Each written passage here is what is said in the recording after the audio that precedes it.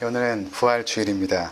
우리 주님께서 죽으시고 살아나셔서 모든 성도들에게 소망을 주신 날입니다. 그리고 이 소망은 우리 성도들에게 있어서 최종적이고 또 궁극적인 소망인 것입니다. 그리고 이 생명의 부활은 기독교와 비기독교, 또 참 종교와 거짓 종교를 나누는 기준이기도 합니다. 왜냐하면 기독교만이 이 참된 의미에서 부활을 가르치고 있기 때문입니다. 그러나 예전부터 지금까지 이 부활은 모든 방면에서 조롱과 도전을 받았습니다. 심지어 예수를 믿는 사람들에게서조차 부활을 조롱하기도 하고 또 믿지 않기도 합니다. 우리가 이제 그 예배 때에 사도신경을 암송하지 않습니까? 그 부분에 거의 마지막 부분에 뭐가 있냐면 몸이 다시 사는 것과 육신의 부활을 고백을 함에도 불구하고 실제적으로는 그것을 믿지 않는 성도들도 참 많이 있음을 보게 됩니다. 몇 가지로 분류해 볼 수 있는데, 첫 번째로는 어떤 성도님들은 예수님의 어떠한 부활도 믿지 않습니다. 예수님의 가르침, 예수님의 교훈은 믿지만 어떻게 사람이 죽었다가 살아날 수 있는가 믿을 수 없다, 그렇게 말하기도 합니다. 서구의 수많은 신학자들이 그리고 목사들이 이런 생각을 가지고 있습니다. 그들은 예수님께서 부활하셨다는 것을 믿는 것을 좀 저차원적인 신앙으로 간주하기도 합니다. 두 번째, 어떤 경우가 있냐면 예수님의 부활을 성경에서 말한 것과는 다른 것으로 해석하고 이해하는 사람들이 있습니다. 이들은 예수님이 부활하셨다고는 이야기하지만 실제적으로 육체로 부활했다라고 믿지 않습니다. 몸의 부활을 믿지 않는 것입니다. 그들은 예수님께서 부활했지만 그 부활은 정신적으로 그의 정신 또는 그의 교훈, 그의 가르침, 이것이 그의 제자들에게 부활하여서 그들로 하여금 믿음 생활을 할 수 있도록 그렇게 하였다, 이렇게 이제 믿고 있는 경우가 실제로 많이 있습니다. 세 번째 경우는 어떤 경우냐면 예수님에 대한 부활의 이해가 불명확한 사람들이 있습니다. 부활이 과연 어떤 것인가에 대해서 정확하게 이해하지 못하고 그냥 부활을 추상적으로 생각을 하는 것입니다. 이들은 예수님께서 실제로 부활하셨다는 것을 믿지만 여전히 몸을 가지고 계시다라는 것을 이해하지 못합니다. 그러니까 예수님 부활하시고 나서 그 폐쇄된 공간을 이렇게 뚫고 들어오지 않습니까? 저도 이제 어제 저녁에 EBS를 보니까 그 패션 오브 크라이스트가 방송을 하더라고요. 다시 이제 보고 잠들었는데, 맨 마지막 장면 보면 예수님께서 십자가에 죽으시고 나서 이제 무덤이 쫙 비치지 않습니까? 그 무덤이 비춰지면서 해가 조금씩 이제 들어오면서 어둠이 물러가는 장면을 보여주다가 거기 세마포가 이렇게 있는데 그 세마포가 쑥 꺼지면서 그 옆에 예수님께서 다 이렇게 앉아 계시는, 성경적이죠. 요한복음의 기록 보면 그 부활을 목격한 여인들이 무덤에 갔을 때에 그 세마포가 그대로 이렇게 푹 꺼져 있고 풀지 않은 것이죠. 그대로 거기서 예수님께서 부활하여 나오시고 머리를 쌌던 수건도 그대로 있었다라는 기록을 보면 그 영화의 그 장면이 참 성경적이다, 그런 생각을 했는데, 그렇게 육신으로 부활하신 것을 믿지 못하는 것입니다. 그냥 예수님의 가르침과 교훈이 중요하고 부활했다라고 믿는 그 신앙, 실제로 역사적으로 부활하지 않았지만 그냥 부활했다라고 믿는 그 마음이 우리 가운데 소중하고 또 하나님께 기쁨이 된다, 이렇게 그들은 여기고 있다는 것입니다. 마지막 네 번째는 부활에 관련하여서 한국교회에서 흔히 볼 수 있는 그 성도들의 모습인데, 그것은 무엇인가 하면 부활과는 전혀 무관하게 살아가는 것입니다. 예수님의 육체적, 역사적, 실제적 부활을 믿지만, 그리고 그 신앙 자세는 매우 귀한 것이지만 그 부활의 사건이 실제적으로 우리의 삶과는, 우리의 삶에 별로 영향을 미치지 못하는 것입니다. 그러니까 성도들의 삶을 보면 실제로 부활을 정말 믿는 사람인가, 그들의 행동이나 그들의 삶의 선택이나 그들이 살아가는 삶의 방식이 과연 부활을 믿는 사람의 삶인가 라고 여길 만큼 전혀 관계없이 살아가는 사람도 있다는 것입니다. 그렇겠죠, 여러분? 정말로 우리가 몸의 부활을 믿는 사람과 믿지 않는 사람은 당연히 이 땅에서 살아가는 것이 다를 것입니다. 고린도전서 오늘 15장을 살펴보게 될 텐데, 이 고린도전서 15장에도 이러한 사람들이 존재했습니다. 고린도전서 13장이 사랑의 장이라고 한다면 15장은 부활의 장입니다. 사도 바울이 그 고린도 교회에 있는 성도들 가운데 여전히 부활을 믿지 못하는, 예수님의 그 몸의 부활을 믿지 못하는 자들에게 아주 길게 그리고 논리적으로 차곡차곡 부활이 얼마나 확실한 증거가 있는가를 조목조목 설명해 갑니다. 그래서 우리가 이 부분을 함께 나누면서 예수님의 부활이 과연 어떠한 의미가 있는지, 그 몸의 부활은 과연 무엇인지에 대해서 오늘 확실히 정리하고 돌아가는 시간이 되었으면 좋겠습니다. 우리가 믿고 있는 부활은 몸의 부활을 의미합니다. 죽고 나서 우리가 어떤 영혼의 상태로 떠돌아다니는 것이 아니라 실제로 부활의 몸을 입게 된다는 것입니다. 그것이 예수님께서 그렇게 육신의 부활을 이뤘기 때문에 그를 믿는 자들은 동일하게 육신의 부활을 경험하게 된다는 것입니다. 그런데 당시에 그 헬라적인 사고방식에는 어떤 게 있었냐면, 그들은 영혼은 귀하지만, 오늘날도 그런 분들이 있죠. 영혼은 귀하지만 육신은 더러운 것이다, 이렇게 생각하는 사고가 그 당시에도 있었습니다. 그래서 그들에게 있어서 구원이라는 것은 이 더럽고 죄 많고 후패한 이 육신을 벗어나서 이 영혼의 깨끗한 상태로 들어가는 것을 그들은 구원이라고 여긴 것입니다. 그래서 예수님께서 부활하였다고 하지만 여전히 몸을 가지고 있다는 것을 그들은 도무지 납득할 수가 없었던 것입니다. 왜냐하면 육신은 악하다라고 생각했기 때문에 그런 것입니다. 그것은 그들의 생각일 뿐, 성경에서 육신은 영혼만큼 소중하죠. 그래서 바울이 그리스도가 몸으로 부활한 것에 대해서 이제 조목조목 설명하기 시작하는데, 그 첫 번째가 무엇인가 하면 확실히 증거가 있다는 것입니다.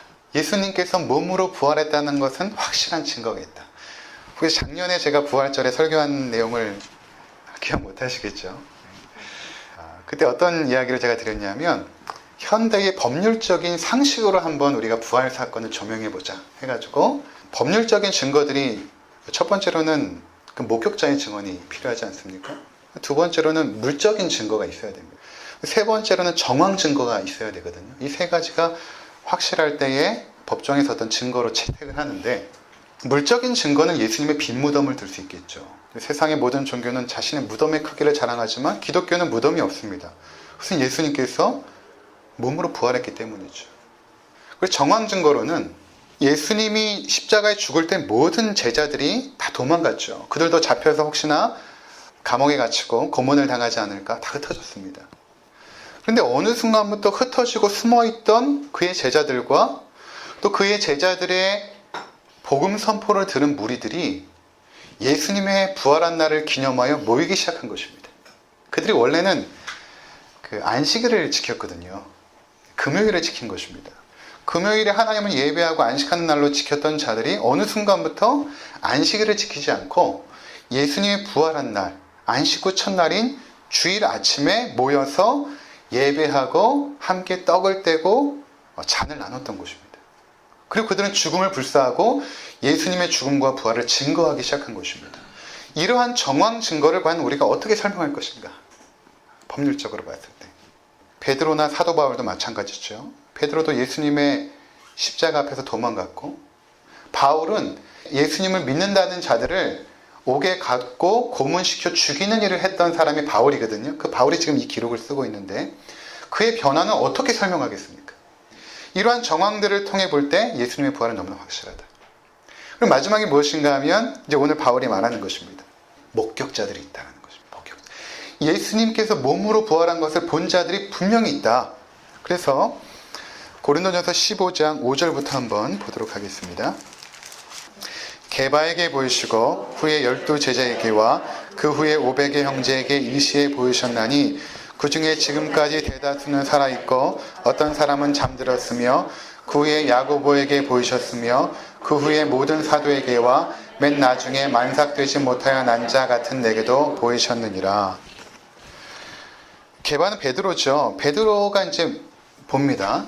맨 먼저 여인들이 봤죠. 무덤을 찾았던 여인들이 보고, 근데 그 당시에는 여인들의 증거를 법률적인 증거로 채택하지 않았어요. 그래서 바울도 여인들의 증거를 빼고 베드로, 게바에게 보이시고 그 후에 12 제자에게와 그리고 500여 형제에게 일시에 보이셨는데, 그 중에 대다수는 살아있고 어떤 사람은 죽었다는 것입니다. 그러니까 너희가 만약에 부활을 믿지 못하겠거든 지금 그 살아있는 자들에게 가서 물어봐라. 목격자들이 지금까지 태반이나 살아있다는 것입니다. 그리고 나서 뭐라고 말하냐면 맨 나중에는 나에게도 보이셨다. 내가 예수의 부활을 증거하는 자들을 붙잡아가지고 옥에 가두고 고문하는 일을 하러 다메섹으로 가고 있는데 그 도상에서 부활의 예수님을 만났다는 것입니다. 바울이 만나거든요. 나는 내가 핍박하는 예수니라. 이러고 나타나세요. 몸을 가지고. 거기서 바울이 깨진 것입니다. 나도 보았다. 나도 그 부활의 주님을 보았다라고 말하고 있는 것입니다. 그래서 이것은 우리가 이성적으로 증명할 수 있는 신앙의 차원이 아니라 그리스도인이 어떤 신앙의 차원으로 몸의 부활을 믿지 못하는 사실을 믿으려고 노력하는 것이 아니라 실제 역사 가운데 부활한 그분을 목격한 자들이 있다. 그래서 우리가 믿는다라는 것입니다. 자, 두 번째로 바울이 다루는 문제는 뭐냐면 이런 것입니다. 어떻게 죽은 자가 부활할 수 있는가? 라는 생각을 하는 것입니다. 한 번도 그런 일이 있어 본 적이 없고 있어 본 일이 없었기 때문에 우리의 인식 가운데 부활 자체는 없죠. 근데 어떻게 부활이 가능한가? 라는 자들에게 바울이 이런 설명을 합니다. 고린도전서 15장 13절에서 19절에 보면 만일 죽은 자의 부활이 없으면 그리스도도 다시 살아나지 못하셨으리라. 그리스도께서 만일 다시 살아나지 못하셨으면 우리가 전파하는 것도 헛것이요 또 너희 믿음도 헛것이며 또 우리가 하나님의 거짓 증언으로 발견되리니 우리가 하나님이 그리스도를 다시 살리셨다고 증언하였습니다. 만일 죽은 자가 다시 살아나는 일이 없으면 하나님이 그리스도를 다시 살리지 아니하셨으리라.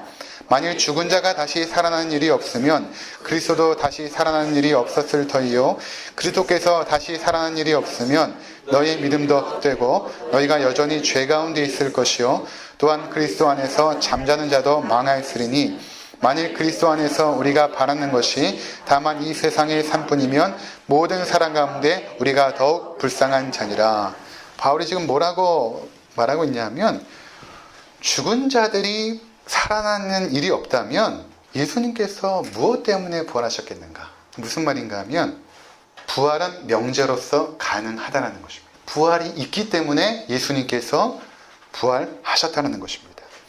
만약 부활이라는 것이 없다면 예수님께서는 살아나셨을 리도 없고 그리고 바울이나 그 당시에 부활을 증거하는 자들의 모든 증거도 헛것이고 다 불쌍한 것이며 이 세상의 삶이 전부이므로 모든 사람들보다 그 부활을 믿는 자들이 가장 불쌍할 것이다 라고 지금 말하고 있는 것입니다. 그러니까 부활은 명제적으로 가능하다라는 말을 하고 있는 것입니다. 그럼 세 번째는 이런 내용입니다. 어떤 질문이 드냐면 부활의 시기에 대한 것이죠. 왜 부활이 가능하다면 왜 부활이 지금 일어나고 있지 않는가? 부활이 명제적으로 가능했다면 왜 과거에도 부활이 없었고 지금도 나타나지 않고 왜 예수에게만 부활이 그럼 나타나는가? 어떻게 우리가 그런 부활을 믿을 수 있는가? 이런 것에 대해서 바울이 지금 부활의 시기를 언급하고 있습니다. 그것이 23절과 24절입니다. 그러나 각각 자기 차례대로 되리니 먼저는 첫 열매인 그리스도요 다음에는 그가 강림하실 때에 그리스도에게 속한 자요 그 후에는 마지막이니 그가 모든 통치와 모든 권세와 능력을 멸하시고 나라를 아버지 하나님께 바칠 때라. 부활이라는 것이 지금 너희 눈에 보이지 않지만 그것은 시기가 있다는 것입니다. 때가 있다는 것입니다. 먼저 예수님께서 부활하시고 이미 부활하셔서 그럼 부활하신 예수님 어디 계십니까? 승천하셔서 하늘 보좌 우편에 앉아 계십니다. 나중에 강림하실 거예요. 이 땅에 부활의 몸을 입고 우리가 그분의 얼굴을 이제 보게 될 터인데 그분이 먼저 부활하신 것입니다. 그리고 그 다음에 누구냐면 앞서간 우리의 성도들 이미 잠들고 이미 천국에 올라간 그 성도들 그들이 언제 부활하는가? 예수님께서 강림하실 때에 그들이 먼저 부활하게 됩니다. 그 다음은 누구인가? 그 다음이 이제 우리들이에요. 그래서 지금 우리가 부활을 경험하지 못하지만 그건 시기가 아니기 때문에 그러니까 부활할 시기가 아니기 때문에 경험하지 못하고 있다 라고 바울이 말하고 있는 것입니다. 네 번째 바울이 말하고 싶은 것은 무엇인가 하면 만약 부활이 없다라고 한다면 이것은 윤리적으로 큰 문제가 발생하게 된다는 것입니다. 그것이 이제 15장 32절의 내용인데 우리 같이 읽어보도록 하겠습니다. 15장 32절 내가 사람의 방법으로 에베소에서 맹수와 더불어 싸웠다면 내게 무슨 유익이 있으리요? 죽은 자가 다시 살아나지 못한다면 내일 죽을 터이니 먹고 마시자 하리라. 그럼 만약에 부활이 없다라고 생각을 한다면 사람들이 막 살지 않겠습니까? 저도 그럴 것 같은데 죽고 끝난다고 한다면 한 2년 전에 그 죽음이란 무엇인가라는 그 하버드대 교수의 책을 이렇게 두꺼운 걸 한번 읽은 적이 있는데 그 사람 주장은 이제 죽고 끝난다는 것이죠. 죽고 그 다음은 없다라는 것입니다. 그래서 두려워할 것도 없다. 끝이기 때문에. 끝인데 뭐 두려운 생각조차가 없는 것이죠. 끝이니까. 그럼 저도 막 살 것 같아요. 만약 그렇다면 무엇 때문에 이 땅에서 선행을 하고 무엇 때문에 이 땅에서 가난하고 연약하고 힘든 사람을 돌보고 못하러 그러겠어요? 내일 우리가 죽고 끝이라면 먹고 마시고 놀자. 그렇게 살지 않겠느냐? 라고 지금 바울이 말하고 있는 것입니다. 이것은 그 철학자 칸트가 이야기한 것과 동일합니다. 칸트는 이 세상에 살만 있다면 윤리는 불가능하다라고 말합니다. 그래서 반드시 내세의 삶이 필요하다라고 그는 말했거든요. 다섯 번째로 그러면 죽는 자들이 어떤 방식으로 다시 살아나는가에 대한 이야기를 합니다. 그러면 이제 우리의 이야기죠.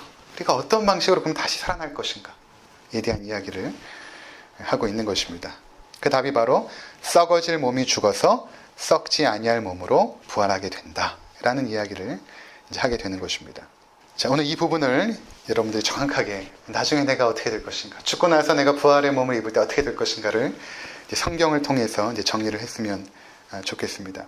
먼저 바울은 이러한 비유를 듭니다. 어떤 몸으로 부활하는가 했을 때에 농부가 씨 뿌리는 것을 예로 듭니다. 그러니까 우리가 이해하기 쉽도록 예수님도 씨 뿌리는 비유를 통하여서 하나님 나라를 설명하지 않았습니까? 이제 봄이 되어서 우리가 씨앗을 뿌리잖아요. 그럼 너무나 신기하게 그 씨가 썩어지고 사라지죠.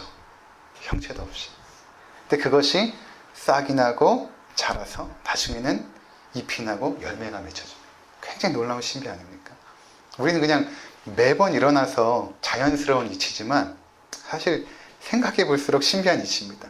어떻게 씨앗이 썩어지고 자라서 새로운 어떠한 존재로 생겨나는가. 바울이 지금 그 얘기를 하고 있는 것입니다. 그래서 42절을 한번 보도록 하겠습니다. 죽은 자의 부활도 그와 같으니 썩을 것으로 심고 썩지 아니할 것으로 다시 살아나며. 첫 번째 바울이 말하는 것은 우리의 형체는 썩죠. 지금 가지고 있는 우리의 몸은 썩습니다. 언젠가는 사라집니다. 계속해서 우리의 몸은 부패하고 썩어지고 있죠. 그럼 마지막 죽음의 순간에 완전히 땅에 묻혀서 다 해체될 것입니다. 그리고 나서 썩지 아니하는 것을 잊게 된다는 것입니다. 왜냐하면 하나님이 썩지 않는 분이거든요. 하나님만이 썩지 않는데 우리가 썩지 않는다는 것은 그 하나님의 그 성품 가운데 썩지 않는 그 부분을 함께 나누게 된다는 것입니다. 하나님의 그 형상이 회복되는 것을 의미하는 것이죠. 썩어지고 부패하여 해체되는 우리의 몸이, 지금 가지고 있는 이 몸이 썩지 않는 몸으로, 그 부활의 몸으로 바뀐다는 것입니다. 그래서 부활한 이후에는 더 이상 죽음이 없습니다. 썩어짐이 없기 때문에 죽음이 없죠. 죽음이라는 것은 죄의 결과이죠. 하나님으로부터 분리되어서 우리 인간에게 죽음이 찾아온 것입니다. 영적으로 죽었을 뿐만 아니라 육체적으로도 죽은 것이죠. 근데 그 죽은 육체가 더 이상 죽지 않는 부활의 몸으로 변화된다 라고 말하고 있는 것입니다. 두 번째는 욕된 것으로 심고 영광스러운 것으로 우리가 다시 살아납니다. 43절 욕된 것으로 심고 영광스러운 것으로 다시 살아나며. 썩지 아니할 몸이라고 하더라도 영광스럽지 못한 몸이라면 부활이 우리 가운데 소망이 될 수는 없습니다. 왜냐하면 어떤 장애인이 있는데 평생 장애인으로 살다가 죽었습니다. 근데 부활했는데 여전히 장애인이라고 생각을 해보십시오. 그 부활은 아무런 의미가 없을 것입니다. 그래서 영광스러운 몸이라는 것은 어떤 것이냐면 우리 인간의 모든 비참함이 사라지고 하나님의 그 형상의 온전함이 나타나는, 하나님의 영광을 완전히 반사하고 드러내는 그러한 몸으로 우리가 살아난다 라는 것이 바로 바울의 증거인 것입니다. 빌립보서 3장 21절에 바울이 이렇게 말하는데 그는 만물을 자기에게 복종하게 하실 수 있는 자의 역사로 우리의 낮은 몸을 자기의 영광의 몸의 형체와 같이 변하게 하시리라. 이런 우리의 낮은 몸을 그분의 영광의 몸처럼 변화시킨다는 것입니다. 세 번째는 약한 몸이 죽어서 강한 몸이 됩니다. 우리가 방금 함께 읽었습니다. 몸의 특성은 약함이거든요. 바울은 특별히 이제 우리 인간을 비유할 때 그릇에 많이 비유하거든요. 베드로전서 3장 7절에 보면 아내는 더 약한 그릇이다 이렇게 말하는데, 그렇다고 뭐 남편이 강한 그릇이 아니라 너희가 다 약한데 다 약한데 안에는 좀 더 약한 그릇이다. 이렇게 지금 표현하는 것입니다. 그릇이라는 것은 떨어뜨리면 깨어져 버리죠. 우리의 몸도 마찬가지입니다. 맞으면 멍들고 차에 치이면 상해를 받아 고통을 받게 되고 죽기도 합니다. 그것이 약함의 특징이죠. 그런데 부활한 우리의 몸은 이러한 약함이 없다는 것입니다. 병들지도 않고 그리고 부패도 없고 썩어짐도 없습니다. 그리고 예수님께서 보시면 부활 이후에 시공간을 초월하시거든요. 이건 이제 우리가 이해할 수 없죠. 부활 이후의 삶에 대해서 우리가 이제 가르쳐 주신 것만 알 뿐이지 그 이상으로는 모르는데 예수님께서 시공을 이제 초월하십니다. 어떤 제한도 없으셨어요. 근데 그런 몸으로 예수님께서 제자들과 함께 물고기를 드십니다. 그러니까 부활 이후에 뭐 식사도 안 하고 이런 것이 아니라 음식도 먹게 되는 것이죠. 그 제자들과 함께 대화도 나누시고 하지만 약함이 사라진 그 부활의 몸을 우리가 갖게 된다는 것입니다. 네 번째로는 육의 몸으로 심고 신령한 몸으로 다시 살아납니다. 우리 44절 함께 읽도록 하겠습니다. 육의 몸으로 심고 신령한 몸으로 다시 살아나나니 육의 몸이 있은즉 또 영의 몸도 있느니라. 여기서 우리가 주의해야 될 것은 무엇인가 하면 신령한 몸이라고 하니까 무슨 하늘에 둥둥 떠다니는 어떤 영적인 존재로 생각하기 쉬운데 그렇지가 않습니다. 여기서 신령하다라는 것은 성령의 완전한 인도함을 받는 몸을 말하거든요. 성령께서 충만하게 임해서 그분의 통치와 임재 속에서 살아가는 그런 몸을 말하는 것입니다. 그래서 우리가 부활의 몸을 입고 그 성령님의 임재 가운데서 살아가는 그러한 존재로 부활한다는 것입니다. 자, 그리고 마지막으로 이제 바울은 이것을 더 잘 설명하기 위해서 아담과 예수 그리스도를 대조시키고 있습니다. 아담은 부패하여 죽는 우리 육신을 가리키고 그리고 예수 그리스도는 부활한 그 부활의 몸을 보여주지 않습니까? 그래서 어떻게 대조시키는가 하면 45절에서 49절 기록된 바 첫 아담은 생명이 되었다 함과 같이 마지막 아담은 살려주는 영이 되었나니 그러나 먼저는 신령한 사람이 아니요 육의 사람이요 그 다음에 신령한 사람이니라. 첫 사람은 땅에서 났으니 흙에 속한 자이거니와 둘째 사람은 하늘에서 나셨느니라. 무릇 흙에 속한 자들은 저 흙에 속한 자와 같고 무릇 하늘에 속한 자들은 저 하늘에 속한 이와 같으니 우리가 흙에 속한 자의 형상을 입은 것 같이 또한 하늘에 속한 이의 형상을 입으리라. 아담은 흙에서 났습니다. 따라서 아담인 후손인 우리들도 흙의 형상을 가지고 있는 것입니다. 반대로 그리스도는 하늘에서 나셨습니다. 그는 하늘에 속한 형상을 가지고 이 세상에 오신 것입니다. 따라서 우리가 그리스도와 믿음으로 하나가 되면 이 흙에 속한 형상을 입은 우리들이 하늘에 속한 형상을 입게 되는 것입니다. 예수 그리스도처럼. 이제 마지막 결론인데 이제 구원의 목적이라는 것이 예수 믿고 천당 가는 것이 아닙니다. 더 중요한 것은 무엇인가 하면 우리를 창조하신 하나님과 연합되어지고 교제하는 것이거든요. 이게 이제 구원의 목적인데 여러분 결혼하여서 살 때 결혼식 자체가 중요하지 않잖아요. 결혼하여서 함께 행복하게 살아가는 거잖아요. 마찬가지로 하나님께서 우리를 구원하시고 그분의 자녀를 삼으시고 그분의 신부로 삼으실 때에 하나님이 목표하신 것은 무엇인가 하면 그분의 은혜와 사랑을 함께 나누면서 그의 자녀들이 기뻐하고 행복해하고 그것에 반응하여 찬양과 영광과 감사를 돌리는 것을 하나님께서 목적하셨습니다. 그것이 창조의 목적이거든요. 근데 이것이 어느 때 회복이 되는가 하면 이제 우리가 예수님처럼 부활의 육신을 입게 되어서 그 부활의 육신으로 하나님을 추상적으로 또는 관념적으로 믿고 경배하는 것이 아니라 실제 그분을 뵙고 그분 앞에서 그분의 발 앞에 엎드려 경배하게 된다는 것입니다. 보지 못하는 하나님이 아니라 실제로 우리가 손으로 만질 수 있고 대화할 수 있고 함께 안길 수 있는. 그래서 우리가 하나님 나라에 갔을 때 요한계시록에서 말한 것처럼 그분의 손으로 우리 눈에 흘린 눈물을 닦아주시는 그 손길을 느끼는 그 은혜 가운데로 하나님께서 우리를 부르셨다는 것입니다. 그래서 하나님께서 예수 그리스도를 먼저 부활시켜 그 부활의 몸을 입게 하신 것입니다. 그리고 이제 그를 믿는 자들을 부활시켜 그의 발 앞에 엎드려 찬양과 경배를 돌리게 한 것입니다.